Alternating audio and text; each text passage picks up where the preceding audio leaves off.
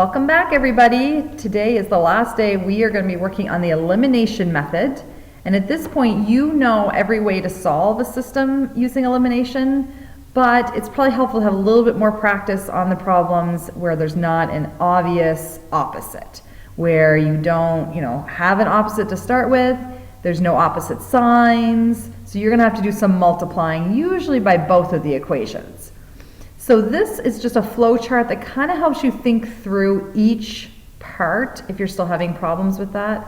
So you want to kind of first think to yourself, is X going to be easier to get rid of, or is Y going to be easier to get rid of? Sometimes it won't really matter, and you can just choose which one that you want to get rid of first. Once you've done that, you've done your multiplying. If you've done that correctly, now when you add those together, just pretty straightforward. Either the X or the Y is going to cancel out. You've got a 1 or 2 step equation that you've got to solve for the other variable, and then you're plugging it back in, okay? So this is just going to take you, like I said, kind of systematically through it, step by step, and give you a little bit more practice with those ones that are more challenging. And, and some people decide to, they work kind of down the page, kind of a vertical way, and this flow chart is more of a horizontal way of thinking about it. So some people really like this kind of flow chart feel, working across the paper. It makes sense to them. So it's another tool for you to use. This might really work for you. Okay, so in that first box here, you want to put in 2x plus 5y equals negative 22. That's our first equation, and we want to combine that with 10x plus 3y equals positive 22. So the first thing we have to think to ourselves, what is going to be easier? Is it going to be easier to get rid of our x's, or is it going to be easier to get rid of our y's?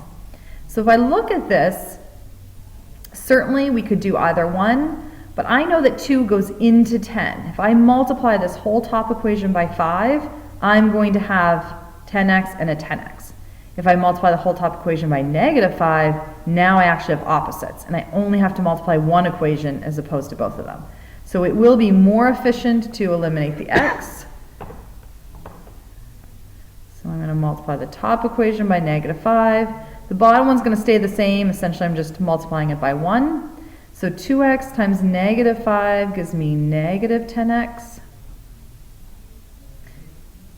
5y times negative 5 gives me minus 25y, or negative 25y, equals negative 5 times negative 22 gives me 110. Okay, my bottom equation is going to stay the same. 10x plus 3y equals positive 22. So if I put those over here, I'm going to add them together. I want to make sure that this is a negative. I want to make sure we remember that. And of course, when we combine them, our x's are the ones that are going to cancel out, because we made those a pair of opposites. So those are gone or eliminated, hence the elimination method. Negative 25 plus 3y is negative 22y. And 110 plus 22 is 132. So now we've got a one-step equation to solve. So we're going to divide both sides by negative 22.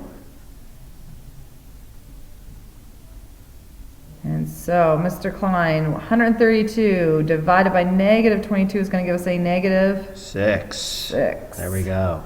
Okay, we have to plug that back in. We can plug it into one of these two original equations, or this new one that we made by multiplying by negative 5. It won't matter which one. I usually just pick the first one to keep it simple.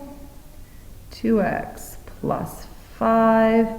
We are going to replace the y with negative 6 equals negative 22. Okay, 2x, 5 times negative 6 is negative 30, equals negative 22. Add 30 to both sides.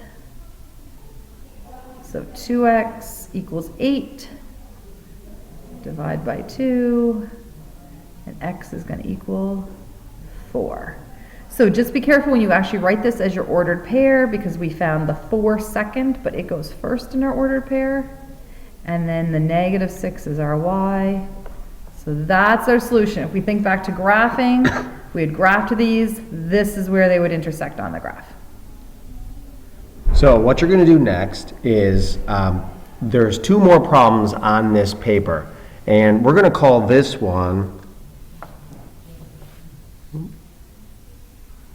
it's going to be called number 1. All right. On our Google Classroom, what you're going to do is you're going to find the problems that the equations you're going to be starting with for numbers 2 and 3, and I'll number them. We'll number them. It'll be the next homework assignment, the video will be here, and under the description of the assignment, we will put problems number 2 and number 3, which are the 2 empty boxes that follow. You're going to try those out after you've watched this video and listened to it and taken these notes. All right, good luck, everybody. And remember, we're available during academic support, so you should come see us if you are confused on how to do them. Thanks.